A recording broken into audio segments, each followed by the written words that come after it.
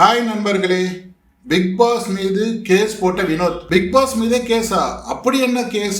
அதை பத்தி தான் நம்ம விவாதிக்க போறோம். வாங்க வீடியோக்குள்ள போலாம். வீடியோக்குள்ள போறதுக்கு முன்னாடி சேனலை சப்ஸ்கிரைப் பண்ணுங்க, லைக் பண்ணுங்க, கமெண்ட் பண்ணுங்க. பிக் பாஸ் மீது கேஸ் போட்ட வினோத், அது என்ன கேஸ்னா, பிக் பாஸ் வீட்டில் இன்னைக்கு கோர்ட் டாஸ்க் ஸ்டார்ட் பண்ணியிருக்காங்க. எல்லாருமே கேஸ் போட சொல்லியிருக்காங்க. 3 கேஸ் போட சொல்லியிருக்காங்க. ஒவ்வொருத்தருக்கும் 3 கேஸ். எல்லாருமே எழுதிட்டு வந்து கன்ஃபெஷன் ரூம்ல சொல்லுங்க அப்படின்றாங்க. கன்ஃபெஷன் ரூம்ல வந்து வினோத் சொல்றாரு, 2 கேஸ் சொல்றாரு. 3வது கேஸா வந்து பாத்தீங்கன்னாக்கா, கமருதீனும் பார்வதியும் பண்ண காம காதலுக்கு, அவங்க பண்ண தப்புக்கு அவங்கள தான் தண்டிச்சிருக்கணும். ஆனா பிக் பாஸ் நீங்க எங்களெல்லாம் தண்டிச்சிட்டீங்க. பால் முட்டை இதெல்லாம் எடுத்துட்டு வந்து கன்ஃபெஷன் ரூம்ல வைக்க சொல்லிட்டீங்க. ஆனா தண்டனை எங்களுக்கா? அவங்க பண்ணதுக்கு அவங்களுக்கு தானே தண்டனை கொடுத்துருக்கணும், எங்களுக்கு ஏன் தண்டனை கொடுத்தீங்க அப்படின்ற பேர்ல பிக் பாஸ் மேலேயே நாங்க கேஸ் போடுறோம் அப்படின்ற மாதிரி வினோத் சொல்றாரு. ஒரு காமெடியா இருந்தது.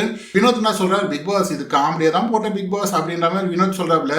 பிக் பாஸ் என்ன சொல்றாரு, வெயிட் பண்ணுங்க வினோத், நான் வந்து என்னுடைய லாயர் கிட்ட கேட்டுட்டு டிஸ்கஸ் பண்ணிட்டு வந்து சொல்றேன், இந்த கேஸ் செல்லுபடி ஆகுமா செல்லுபடி ஆகாதா அப்படின்ட்டு. பிக் பாஸ் வந்து ஒரு 2 நிமிஷம் பொறுத்து வந்து, இந்த கேஸ் வந்து ஏற்றுக்கொள்ளும்படி இல்லை, இது டிஸ்மிஸ்.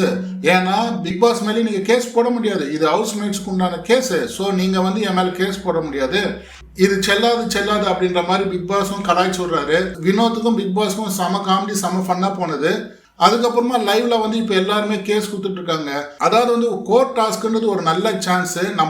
நம்மளுக்கு வந்து விடை கிடைக்காத, நம்மளுக்கு வந்து பார்த்தீங்கன்னா குழப்பமாகவே வந்து பார்த்தீங்கன்னாக்கா அந்த சில வாரங்கள் எல்லாம் நடந்த விஷயங்களுக்கு நம்மளுக்கு குழப்பமாகவே போயிட்டு இருக்கோம். இதுக்கு விடை கிடைக்கலையே, இவ்வளோ பண்ணாங்களே அமர்க்கலாம், இவ்வளோ பண்ணாங்களே, இவ்வளோ மோசமாக நடந்துக்கிட்டாங்களே, அன்னைக்கெல்லாம் வந்து பார்த்தீங்கன்னாக்கா விஜய் சேதுபதி இவங்களெல்லாம் வந்து பார்த்தீங்கன்னாக்கா கேள்வி கேட்கவே இல்லையே, அந்த மாதிரியெல்லாம் கேஸ் எடுத்துன்னு வந்து போடுங்கடானா, இவங்க என்ன பண்ணுறாங்கனாக்கா, பிக் பாஸ் என்னுடைய பிஸ்கெட் எடுத்து சாப்பிட்டுட்டான் அப்படின்னு ரம்யா சொல்றாங்க.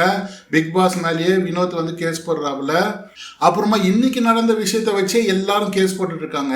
கமருதீனும் பார்வதியும் பண்ண தப்புனால எங்களுக்கு டீ பால் போயிடுச்சு, அதனால நான் கமருதீன் மேல கேஸ போடுறேன், பார்வதி மேல கேஸ போடுறேன், இப்படியே மாத்தி சொல்லிட்டு இருக்காங்க.